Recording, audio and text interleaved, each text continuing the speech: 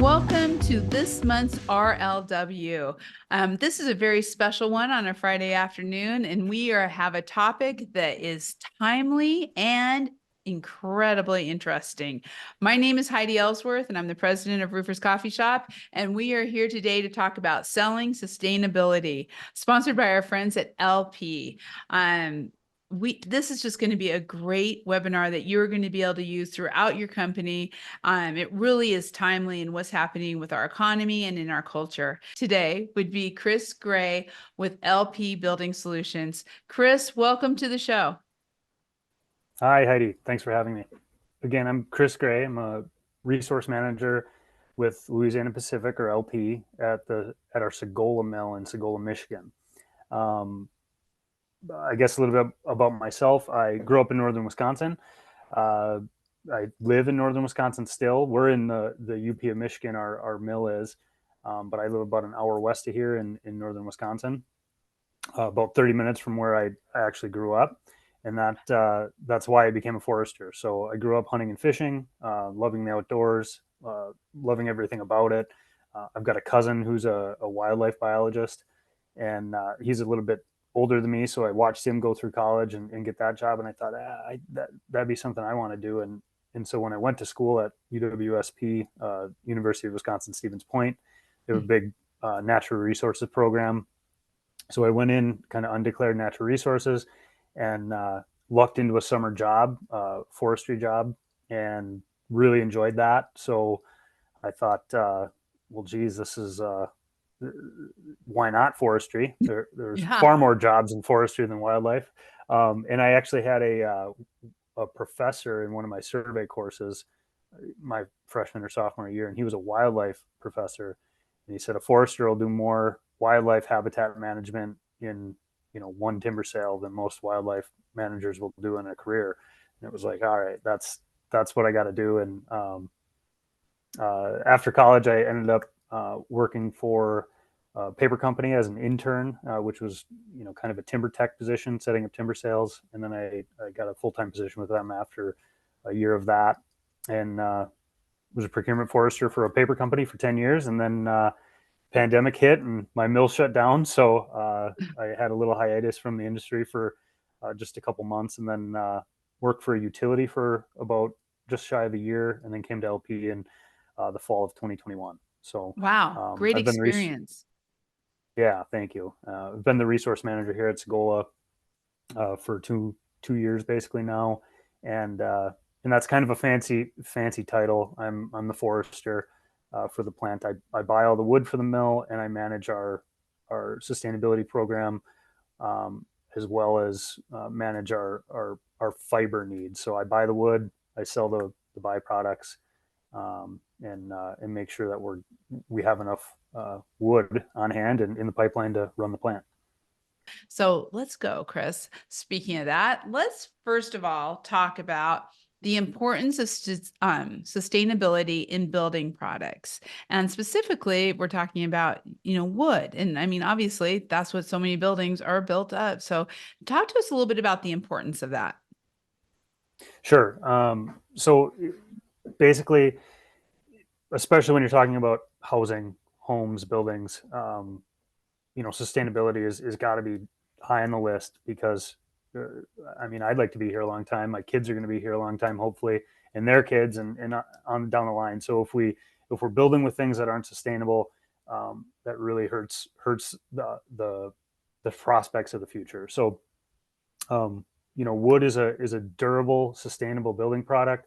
It's renewable, and it's when you break it down, it's made of carbon, right? And carbon is a hot topic today, but it's a naturally growing and recurring and renewing resource that we can manage. We know how to manage it, and we can promote healthy forests that do all kinds of other things for us besides provide wood, and we get a durable building product out of it. We have working, vibrant forests that provide places to recreate. They clean our water, clean our air, sequester carbon, and really all of that is still conducive to having a healthy and bright future.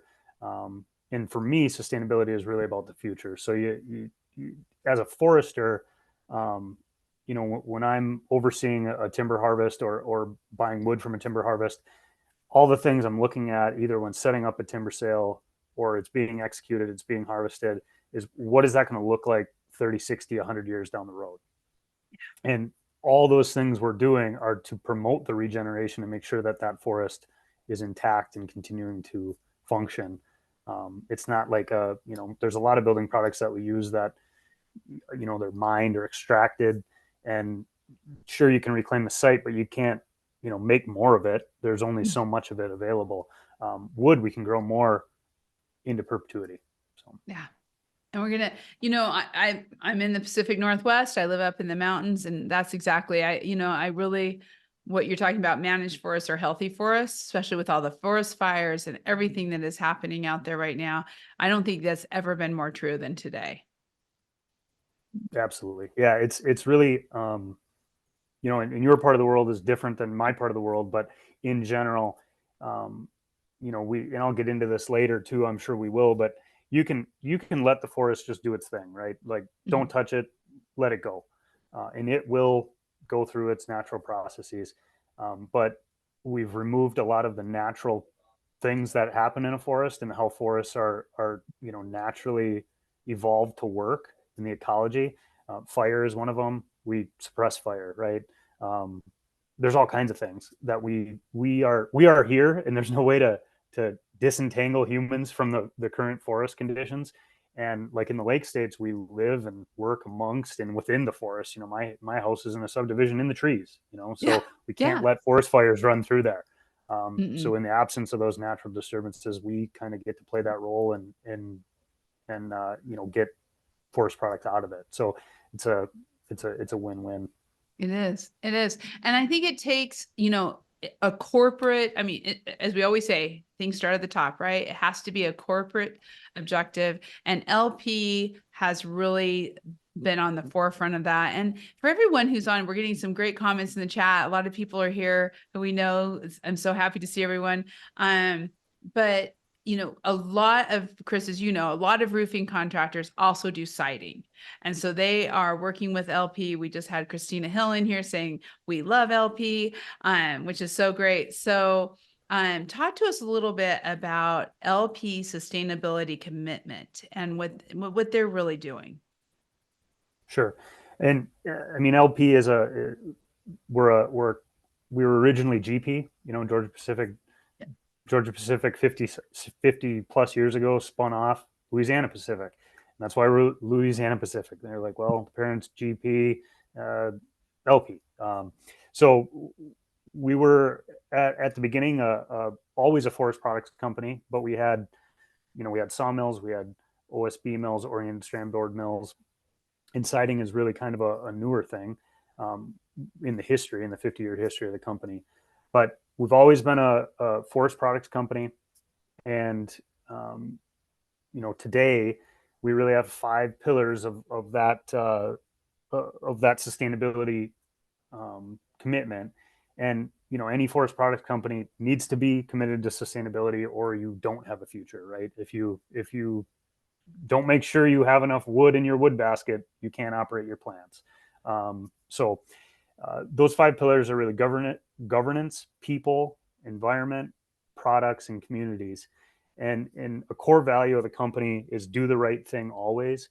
And it's a great way to boil down all of those 5 pillars, right?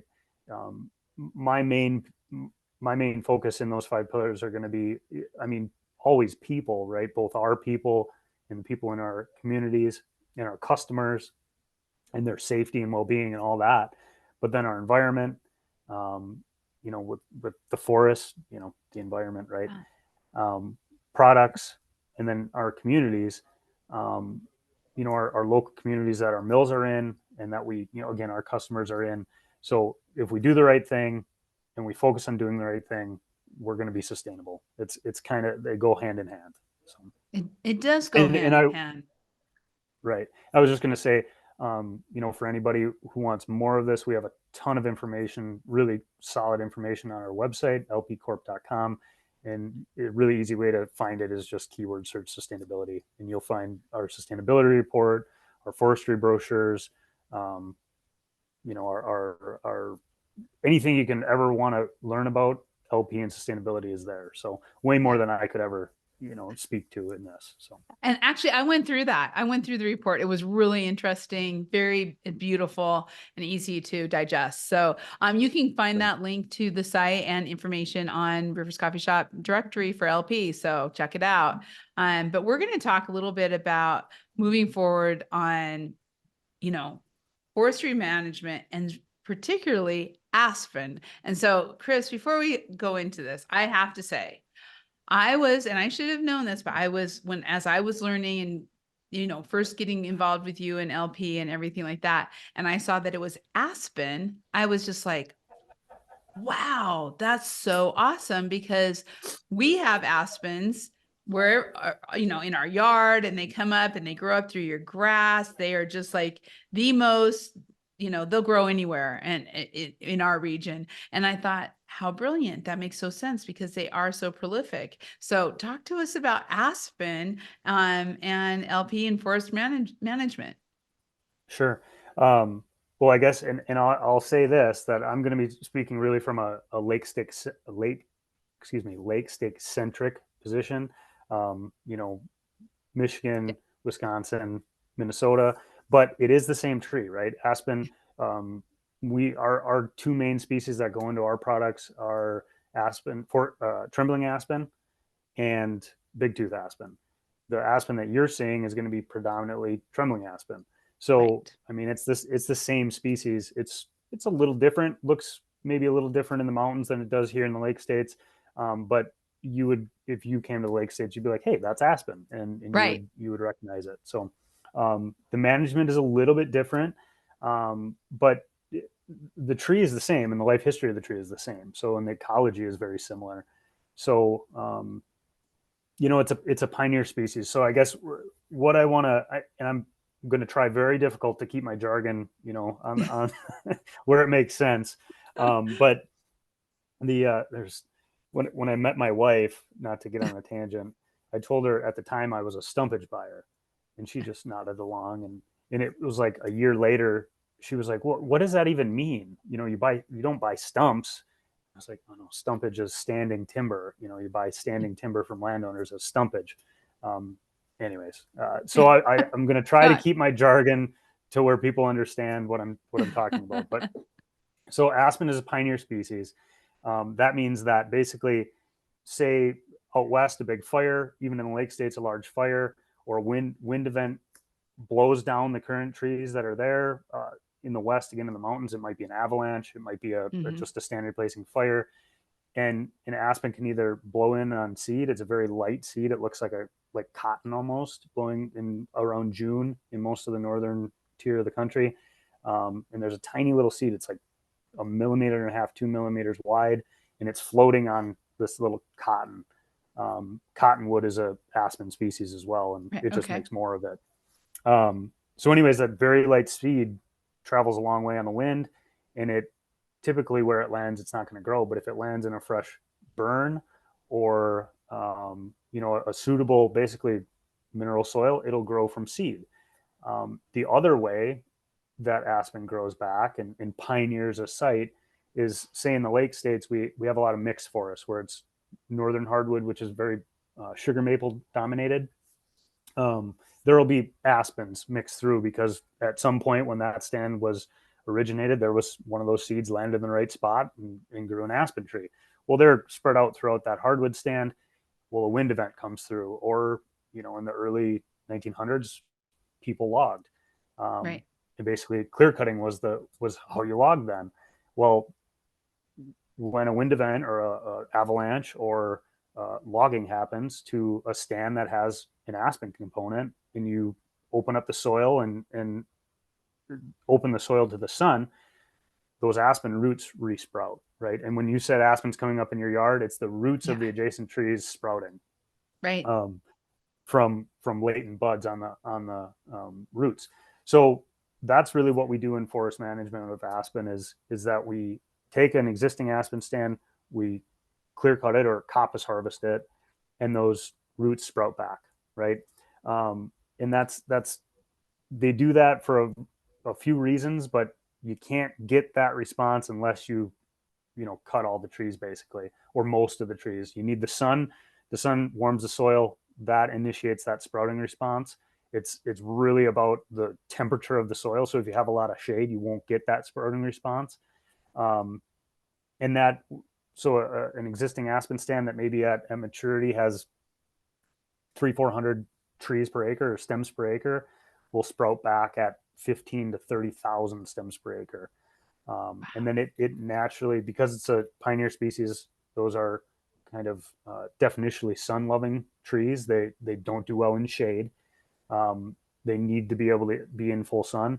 So as they grow and they get tighter, the weaker ones basically die off, and the growth gets concentrated on the more dominant stems. They grow very straight because of that. They're fast growing. They grow straight.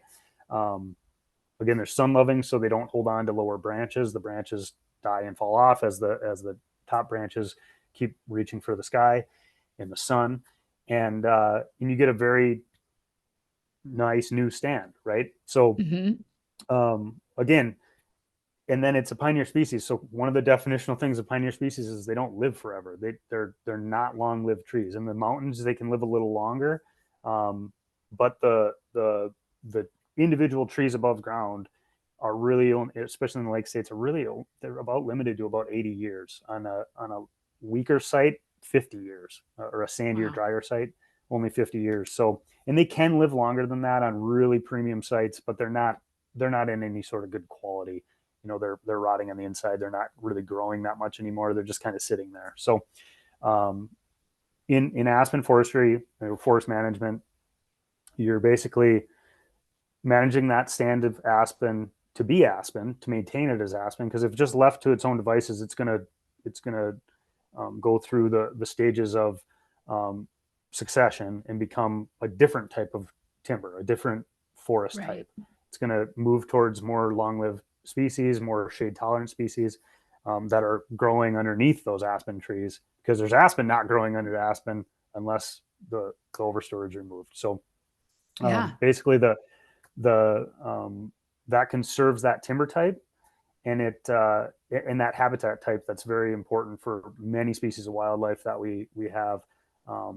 Edge species like white-tailed deer, rough grouse are a couple of the game species that hunters and land managers are very interested in maintaining aspen on the landscape for that. But there's all kinds of associated species of songbird and small mammals and everything that use that timber type. And so we can manage that timber type both to, we can cut it and regrow it very simply without a lot of inputs. And then we can maintain that timber type as, because the amount of ground being managed is very small compared to the whole, forest broadly. So that's really what we're doing in aspen management. That, I think that is so interesting. It's a crop. It's basically, I grew up on a ranch or farm, but it can be, yeah. Yep. You're establishing all this wildlife and conservation too. So I love it. And then really when you look at, taking it that one step further, that wood is just a great building material for sustainability. Talk about that a little bit, Kris. Sure.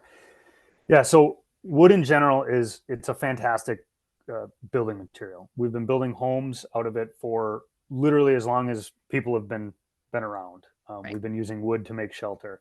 And one of the reasons it's readily available, right? It's durable, it's strong and flexible. And it's I'm trying to find the right word. It can be used in a lot of different ways, right? A tree can be turned into flake, this stuff, which is what our OSB and siding is made out of. I mean, that's what the aspen trees get turned into. And then you can press that into a board that can be, basically turned into any shape you want or need. But I mean, my desk is made of wood. There's wood paneling in my office. in most homes, the structure of the home is built out of wood, dimensional studs.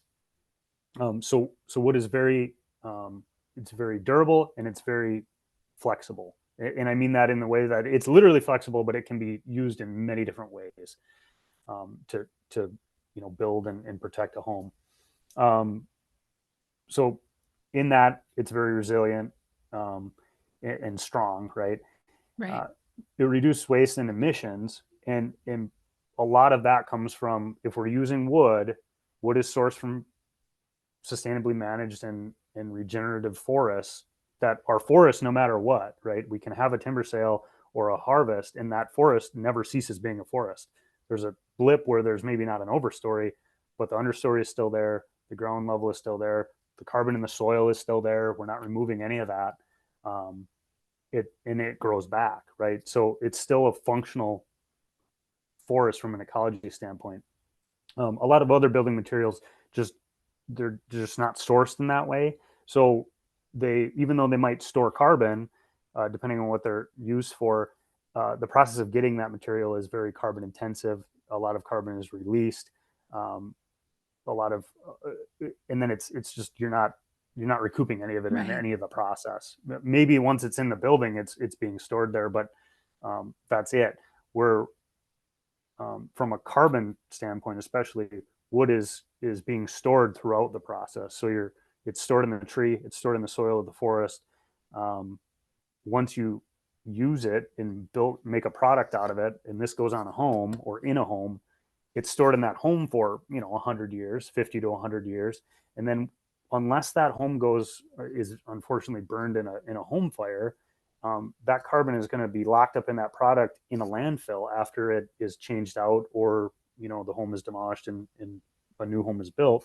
And then once it's in a landfill, it's there forever, basically indefinitely. So it's from my perspective, the forest is still there, right? Where that wood was sourced, the forest is still there, growing new wood, growing new trees, and being a home for animals, being a place for humans to recreate, cleaning the water, cleaning the air. It's still doing the things that a forest does.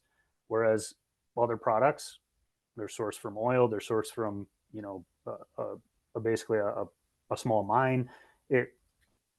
That's all it. Once you do that, and there it is. It's not a functional forest throughout the process. So yeah, and not regrowing, basically. It's the new forest is coming in.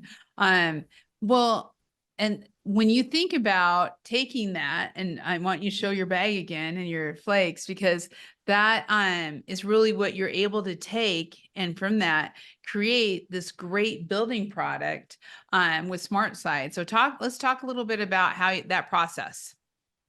Sure. So I'm going to keep this high level or as high level as I can. So basically, the trees are growing in the forest, right? And they're harvested. And in the lake states, again, they're cut by a machine or a person. They're skidded to the landing. They're put on a truck. They're brought to the mill, or in some cases, put on a truck, brought to a train car, and then brought to the mill via rail. Once they're here, that log or those logs are brought into the mill. They get debarked. The bark comes off. The bark is then burned for energy to power the process. And if we don't use all of it, we ship it off to a different facility that burns it for biofuel. So we don't waste any of that. It's utilized.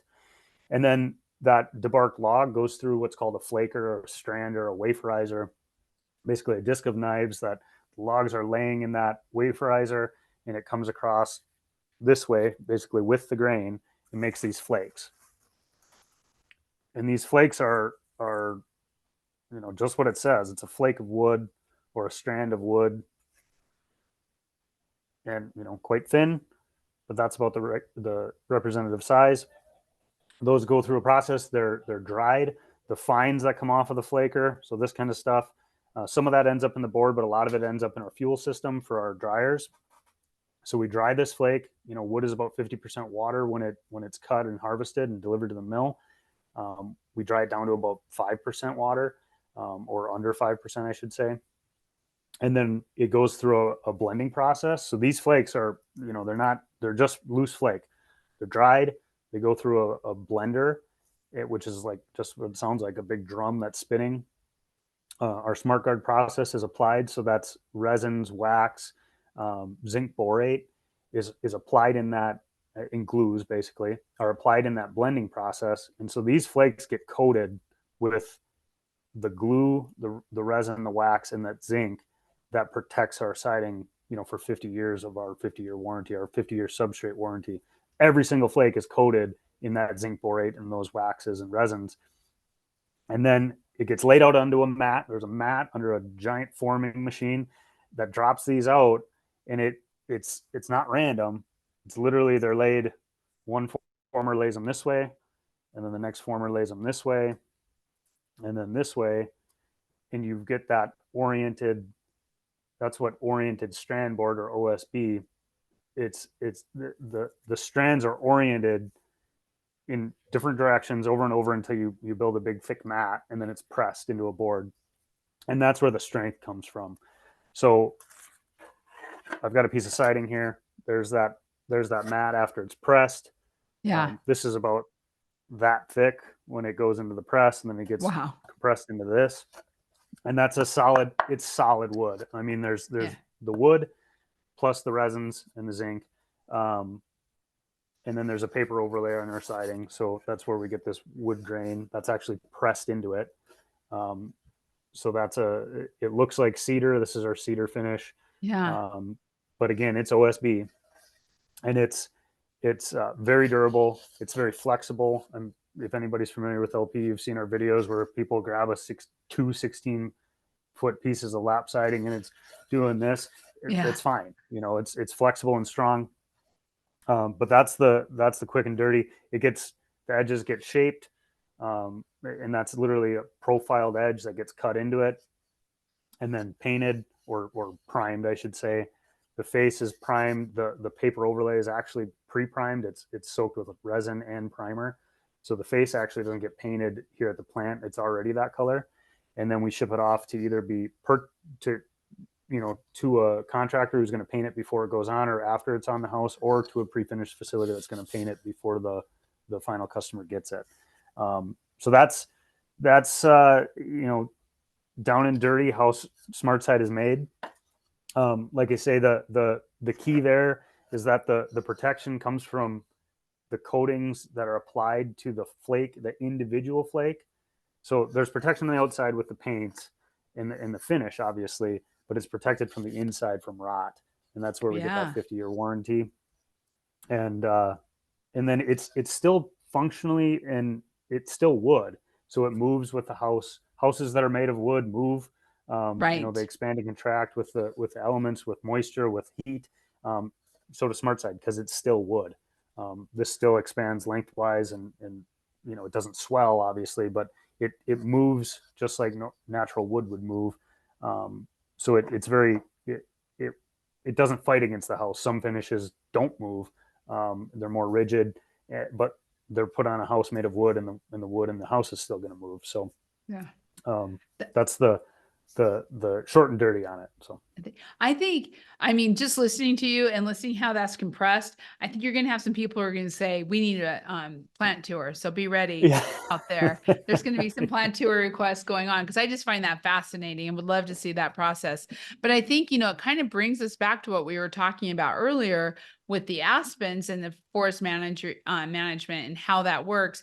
Now let's talk about why the aspen works within SmartSide, because that seems to be really one of the key elements of success. Yeah, absolutely. So siding, you can make OSB out of just about anything. You can't make siding out of any species. So aspen is kind of king for siding, and part of the reason is it's nice white wood. So you can see that it's very white. Those are aspen logs in that picture. It's a very white Those are wood. Big. Yes, they are. Those are mature in my parlance, right? So the color is important, and it's also a clean wood. There's very little there's very little pitches, or there's obviously sap and water in aspen, but it's not like a softwood that has a literal pitch, that if pressed into board, it bleeds through and you can see it. Aspen has, that's the one thing is the color. Another thing is the, the ease of management. We already talked about it. We cut aspen down, it grows back. As long as we implement the right silviculture, which is the science of forestry and forest regeneration, as long as we implement the correct harvest on the correct sites, it's going to grow back. And that very ease of use from a management standpoint, it's fast growing and it grows straight. So we get nice straight grain in that wood, very, very uniform. And it's fast growing. So from a wood strength property in hardwoods or, deciduous trees, aspen's it's very soft wood, but it's a hard wood in the description of wood types. You want fast growing because then you have wide rings and very uniform wood. The difference in softwood or pine species, pine and spruce species, you want slow growing. You want very tight rings for strength. Southern yellow pine is not very strong. It doesn't make a very strong 2x4 compared to 150-year-old northern white pine. So, anyways, I don't getting on a tangent, but so the wood properties very straight, very strong, and aspen's a low density hardwood, so it can take the resins and be pressed into this very dense board. I mean, cross sectionally, you can see how dense that is. It like I say, it's solid wood with no voids. If you held up normal OSB like sheathing or flooring, there's voids in there. It's not solid. It's not as solid as siding or our smart side. So aspen allows you to get that very uniform, very solid board that is strong, flexible, rot resistant, all the things we need in a durable piece of wood that's going to be on the outside of a home for 50 plus years. So right. And aspen lets us do that. Like I say, it takes the resins we need, how we needed to take it. It presses how we needed to press. It doesn't bleed any color because it's white, and it's very durable. So Yeah, and it's fast growing. and yes, and fast growing. I've seen that myself. How fast they Yes, grow. Yeah.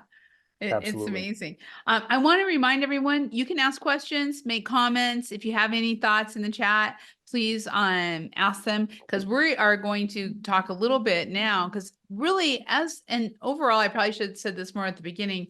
A lot of this information that Kris is sharing is information that you can share with homeowners or building owners as you're talking about really the type of sustainable building products that you want to suggest, or they may even be demanding. So this is the kind of information you can share with them. And part of that is sustainable manufacturing.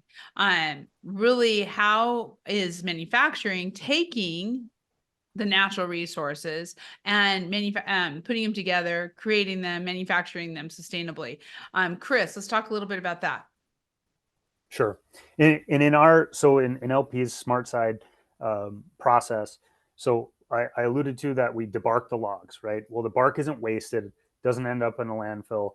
It goes to a hog grinder, it gets ground up into a finer fuel substrate, and then we burn it in process heaters that heat our press and heat our ponds, all the things. I'm using jargon now. I got to get away from it. All the heats our process to make the siding. Right. It actually heats the plant as well to keep us warm. I mean, we're in the UP of Michigan. It's 6 months of winter most of the time. And then whatever we don't burn of the bark goes and is sold to a customer who then delivers it to locally here to a paper mill that then burns it for biomass for energy production. Some of our other mills actually sell to biomass utilities that burn it to make electricity for the grid. So none of that is wasted. That is, the little bit that's wasted is what falls off in the yard or in our wood yard. So we utilize the bark, and then after flaking, like I alluded to, there's some of these fines, these small pieces that don't end up in the board. We screen out the flake that is not, doesn't work in our board. And then that goes into a hammer mill, gets turned into basically wood dust or wood flour, and it's used in our dryers as a dry fuel. So we literally, our dryers can run on natural gas, But as soon as we possibly can, we switch over to wood fuel and we burn that waste wood product from our flaking process to dry the flake, and that uses up almost all of our fines. The only fines that come out of the plant are essentially the when we have to we fire dump, it's called. That's just a terminology, but basically if there's an upset, if there's a plug, we have to dump it outside, and then we actually sell that to another customer that specifically here at Segola that turns it into wood fuel pellets. So again, we don't at Segola, we don't, in most of our, I mean, all the Lake States mills for that matter, we don't landfill any wood waste or biomass waste. It all gets utilized somewhere. So then we turn it into siding, and then any downgrade siding, we want to make as much A grade as possible, but any downgrade gets ground up and recycled into the board process. So we aren't wasting really anything. I mean, there's a little bit of waste in everything, but there's very little wood waste in the process, and we use almost everything. And that's in the forest management as well. A lot of people will, again, lay people or people that aren't used to looking at timber sales will drive by a timber sale or a timber harvest and see a lot of slash or the residuals, the tops of the trees, the stuff that's too small to be pulpwood or utilized in the process. And they'll think, oh my God, what a mess. Look at all that waste. Well, it's really not, right? So in a natural wind disturbance, like I say, where forestry is always mimicking natural disturbance. So say there's a wind event and it lays down a timber stand, all the trees get blown over. Well, are those wasted? If you're human centric in your thought, yeah, it's wasted. It could have been turned into smart side or boards or pulp or whatever. But naturally and ecologically, it's not a waste. That's all going to be, it's going to go through the decomposition process. That carbon's going to be stored in the soil eventually. It's nutrients that can be used back into the next generation of trees. And so similarly, the harvest waste or the harvest byproducts that are left on site on a timber sale in the forest are going to be decomposed into back into the soil and be stored as carbon and release nutrients that are going to go back to the next generation of trees and plants that are growing on that ground. So it's a very it's a closed process one way or the other. So whether we're using it or the forest is using it in its natural processes, it's all getting recycled. It's all getting used. So good. I mean, that's really the key is how are we that life cycle. And LP has a sustainable forestry initiative and won the President's Award in 2022. So this is being recognized nationally and I'm sure internationally. Absolutely. Yeah. And I know we'll talk about it.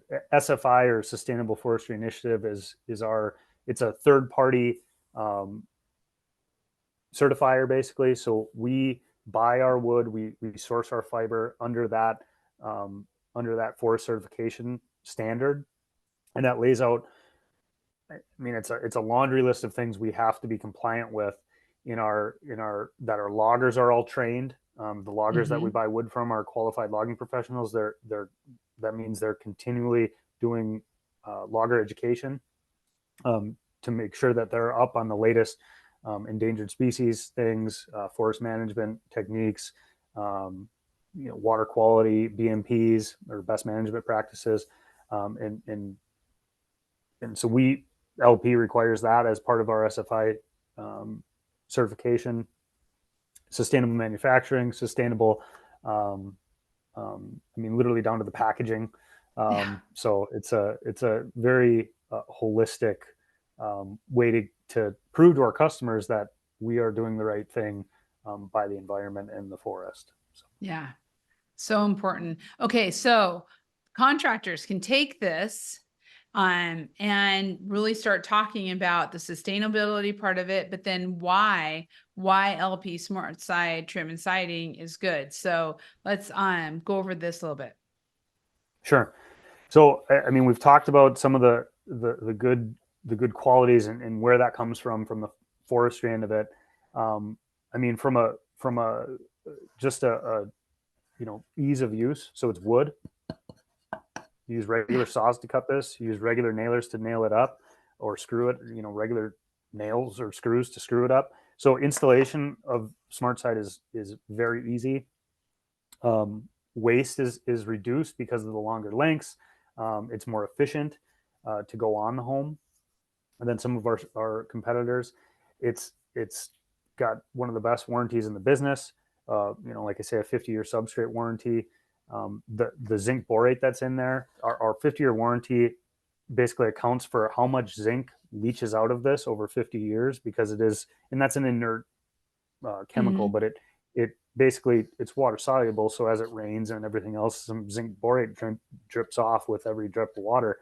But basically, there's enough in here that after 50 years, there's still enough zinc borate that it's rot resistant.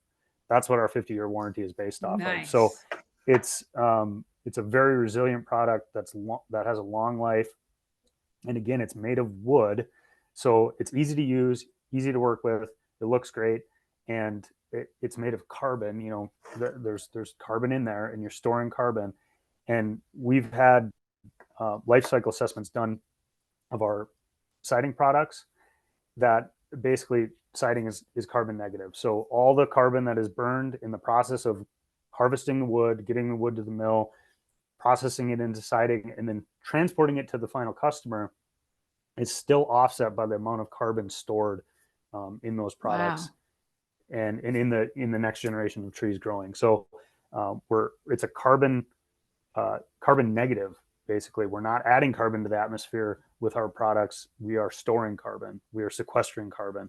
Um, and then wood products support the industry that allow that to happen. So you're familiar, you're from the West, you're familiar with, if you don't have industry or a market for wood, how difficult it is to manage the forest. You have to pay for that management.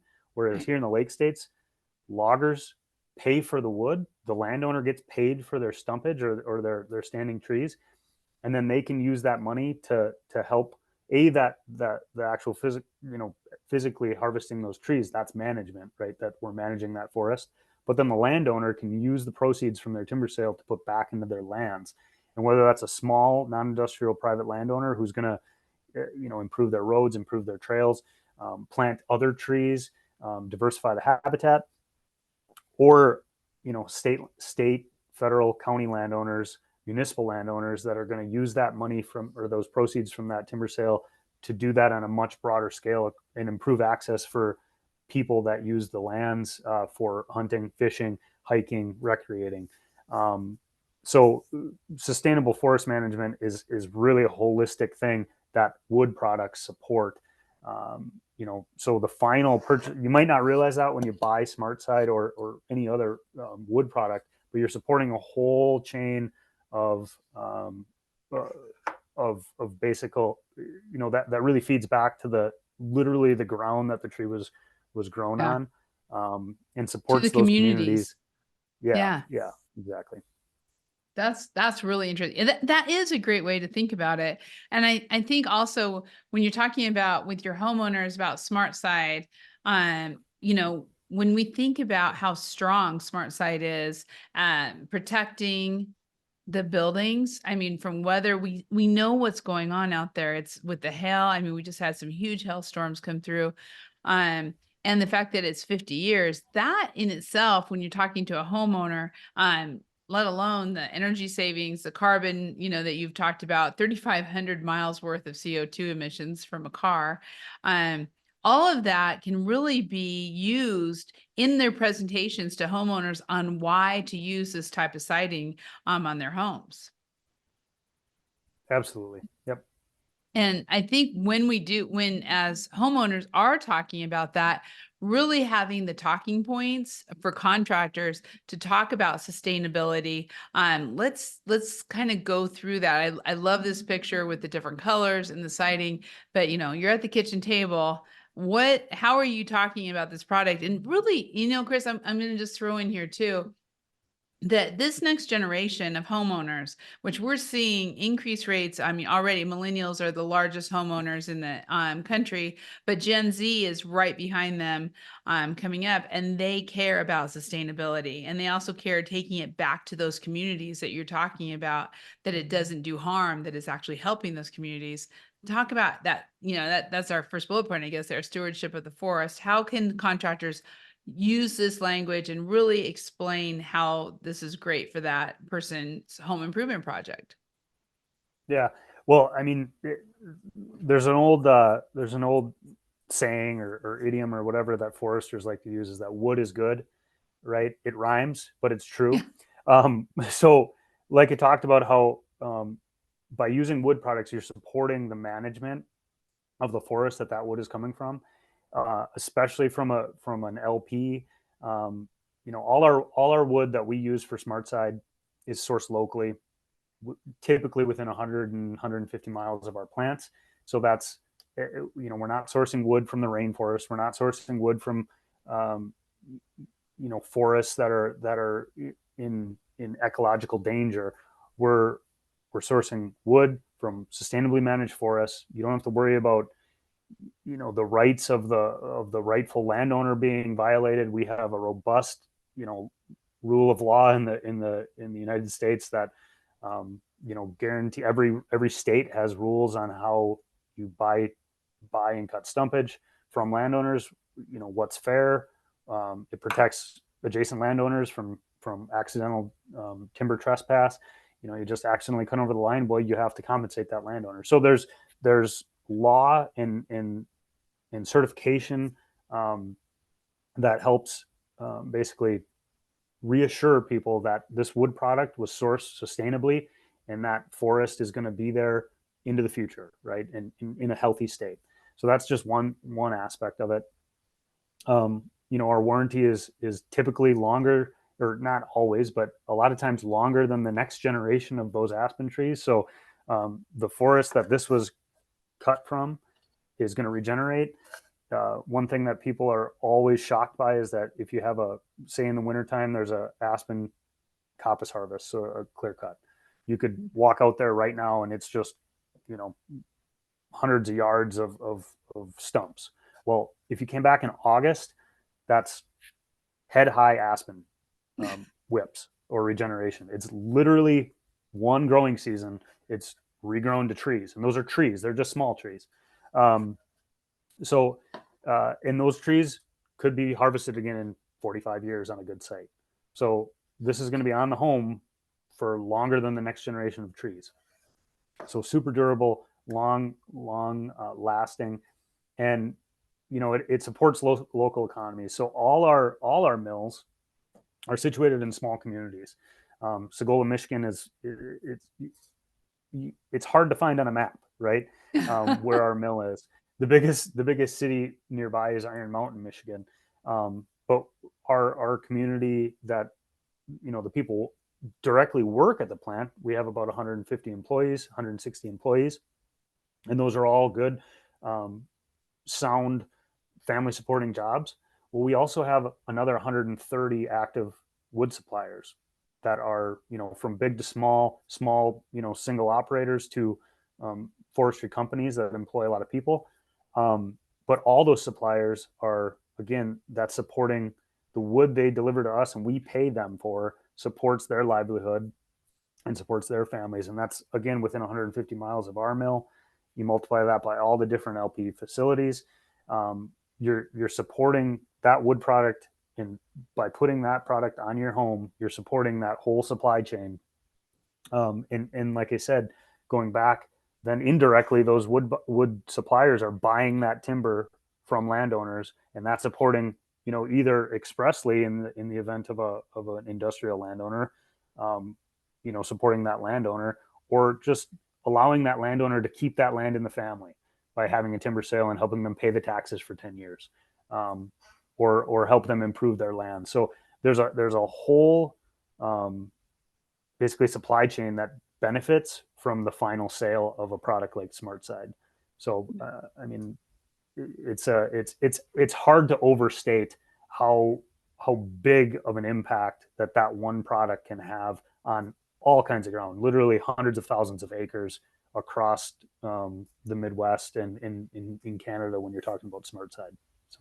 Well, and if you think about these forests, these new forests coming up, I can't believe that between winter to August and it's over your head, but they're all taking in carbon too.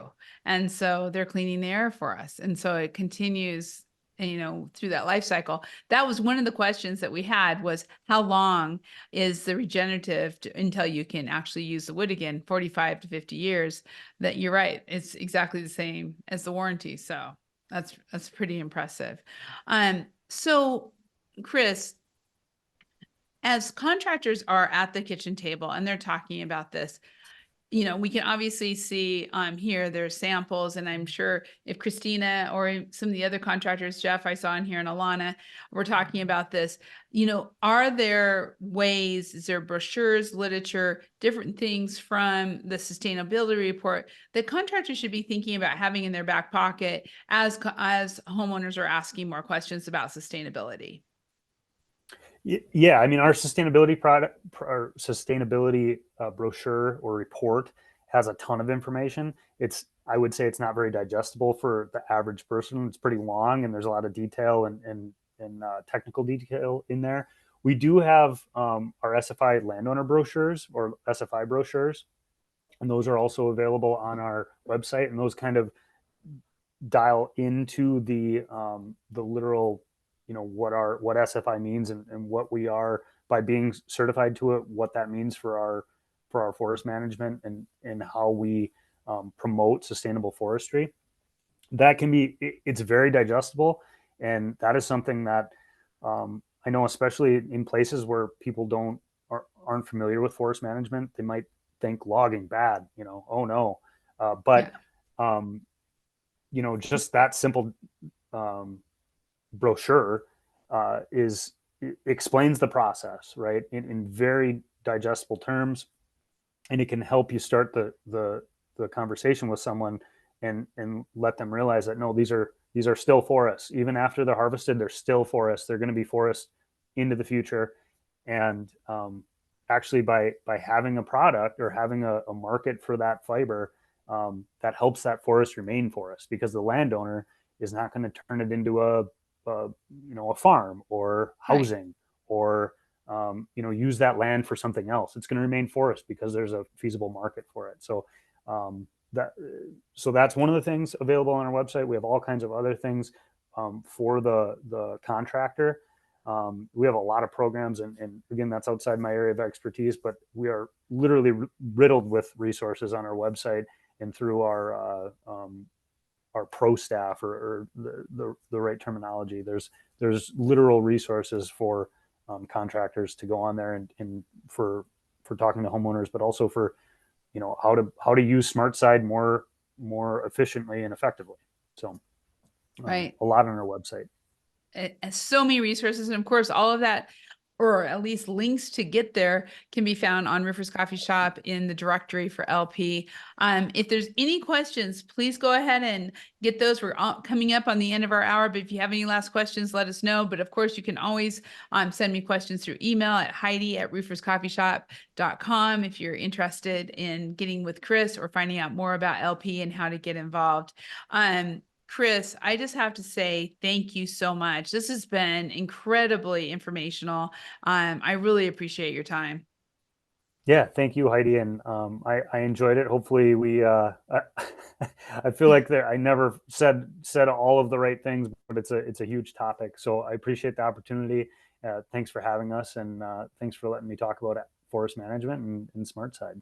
I appreciate it. Well, I think you did perfect, Kris. So thank you so much. And I learned tons. And so from the comments, people are saying thank you. And we did too. So I'm going to say thank you. And we're going to go ahead. If you have questions, be sure to get those over to us. But I want to thank LP again for being the sponsor and for sharing this information. Sustainability is so important in selling to homeowners, so key. So please use this information with your teams to get it out there. And be sure to stay tuned for our next RLW, which is next week and is going to be with Java Technologies.